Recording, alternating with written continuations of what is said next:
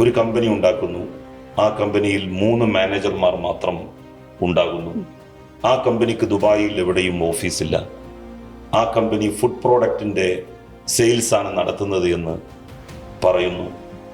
സ്വാഭാവികമായും അതിനൊരു ഗോഡൗൺ ഉണ്ടാകും. അങ്ങനെ ഒന്നുമില്ല. ഞാൻ മനസ്സിലാക്കിയിടത്തോളം ഹവാല ബിസിനസ്സാണ് അതുമായി ബന്ധപ്പെട്ട് ആ കമ്പനിയെ കേന്ദ്രീകരിച്ച് നടക്കുന്നത്. നിയമവിരുദ്ധമല്ലാത്ത ഒരു ബിസിനസ് ഒരിക്കലും തന്നെ നടത്തി ഇത്രയും രൂപ അയാൾക്ക് ശമ്പളം കൊടുക്കാൻ വേണ്ടി എങ്ങനെ സാധിക്കും? അപ്പോൾ തീർത്തും നിയമവിരുദ്ധമായ ഒരു സംരംഭമാണ് അത് എന്ന കാര്യത്തിൽ തർക്കമില്ല.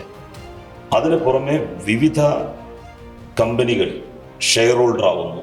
ഇതിനൊന്നുമുള്ള സാമ്പത്തികമായിട്ടുള്ള നിക്ഷേപത്തിൻ്റെ വക അദ്ദേഹത്തിനില്ല. അദ്ദേഹത്തിൻ്റെ പിതാവ് ഒരു റിട്ടയേർഡ് KSRTC ഡ്രൈവറാണ്. അങ്ങനെയുള്ള ഒരാൾ കോടിക്കണക്കിന് രൂപ നിക്ഷേപം വേണ്ട പല സംരംഭങ്ങളിലും പാർട്ട്ണറാകുന്നു എന്ന് പറയുന്നത് സംശയാസ്പദമാണ്. എവിടെ നിന്നോ കള്ളപ്പണം അദ്ദേഹത്തിന് ലഭിക്കുന്നുണ്ട്.